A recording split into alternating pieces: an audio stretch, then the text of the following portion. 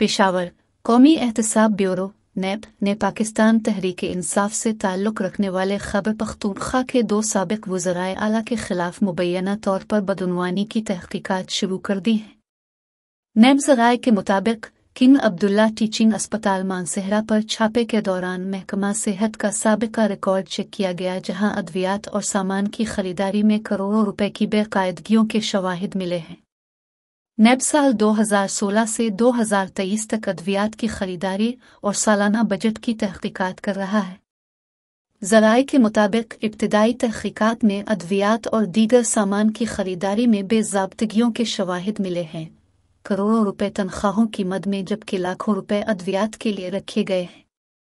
नेब ज़राए का कहना है कि 2 साबिक़ वज़राए आला के दौर में अस्पताल के लिए सामान, भर्तियों और कोरोना में इस्तेमाल होने के लिए खरीदे गए सामान के हवाले से तहक़ीक़ात भी की जा रही हैं। तहक़ीक़ात मुकम्मल होने के बाद रेफरेंस दायर किया जाएगा।